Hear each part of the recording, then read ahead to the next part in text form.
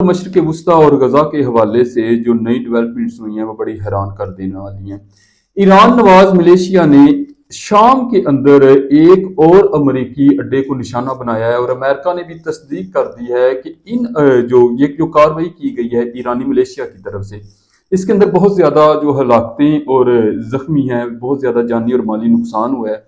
और ये बेस किस हवाले से बड़ी अहम थी अमेरिका के लिए जिसे निशाना बनाया गया है, ये आपके साथ डिस्कस करेंगे। इसके अलावा ईरान ने गजा और मशरिक़ वस्ता की बढ़ती हुई कशीदगी के मामले पर अमेरिका और पहली दफा साथ बरतानिया को भी, यूके को भी वार्न किया है कि ईरान के सब्र और तहम्मुल और ताकत को आजमाने की गलती मत करना।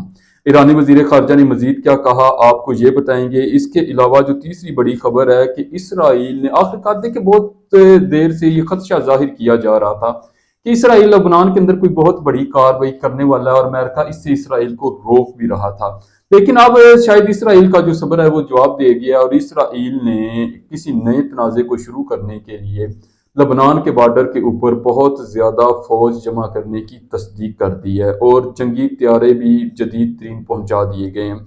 यमनी हौजियों की बहिरा अहमर में कार्रवाई ने अमरीकी और मगरबी मईशत का भरकस निकाल के रख दिया है। इसके अंदर जो है एलन मस्क साहब, दुनिया के अमीर तरीन आदमी, उनकी कंपनी भी सद में आ गई है और कितना नुकसान, और कौन कौन सी दुनिया की बड़ी 3 कंपनियों को यमनी हौजियों की कार्रवाई की वजह से खसारे का सामना है, ये आपके साथ डिस्कस करेंगे। इससे पहले कि तफसील में जाएं, अगर आपने अभी तक इस चैनल को सब्सक्राइब नहीं किया तो आपसे गुजारिश है कि इसे सब्सक्राइब कर लें, साथ बेल आइकॉन के बटन को दबाना मत भूलिएगा ताकि हमारी जो हर आने वाली लेटेस्ट वीडियो है वो बर वक्त आप तक पहुंच सके।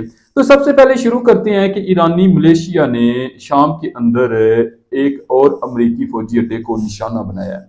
इसके अंदर अमेरिका ने तस्दीक की है, लेकिन उन्होंने फौजियों की जो तादाद है हलाकतों की वो बताने से गुरेज किया है। अमेरिका ने तस्दीक किया है, सदर जो बाइडन ने वार्न किया है कि हमारे लिए ये सूरत हाल नाकाबिल कबूल है।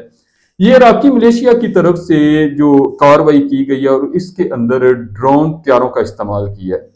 ईरानी मलेशिया ने कहा है कि ये जो कार्रवाई है ये अमेरिका के खिलाफ, जो अमेरिका का कब्जा है इस खिते के ऊपर, इस इलाके के ऊपर और इराक के ऊपर, उसके रद्द अमल के तौर पर की गई है। इस कार्रवाई के अंदर अमेरिकी फौज का जानी और माली नुकसान बहुत ज्यादा हुआ। ये बहुत अहम बेस है अमेरिका के लिए, पूरे मशरिक़ वस्ता के अंदर ये उम्र बेस है और ये अमेरिका की तेल की सबसे बड़ी सप्लाई है। जो अमेरिकी फौज और अमेरिका को सबसे ज्यादा तेल मुहैया किया जाता है वो अल उमर बेस से किया जाता है।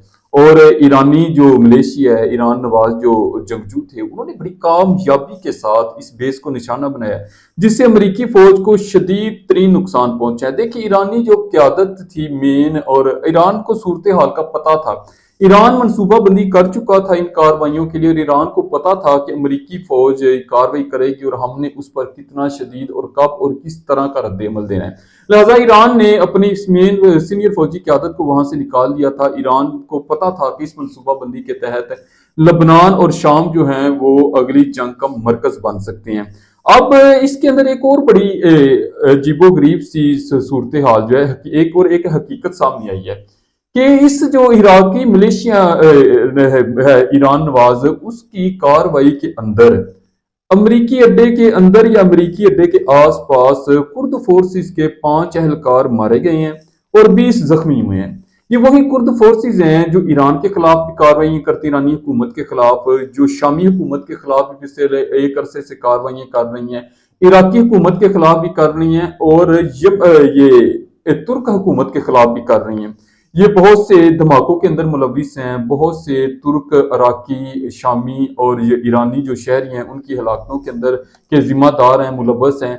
अब एक इससे ये भी जाहिर होता है कि अमेरिका जो है वो कुर्द फोर्सेस को, खिते को अदम इस्तेहकाम का निशाना बनाने के लिए इस्तेमाल कर रहा था। अभी बहुत सी हकीकतों से पर्दा उठता जाएगा जैसे जैसे ये जो तनाज़ा आगे बढ़ता जाएगा।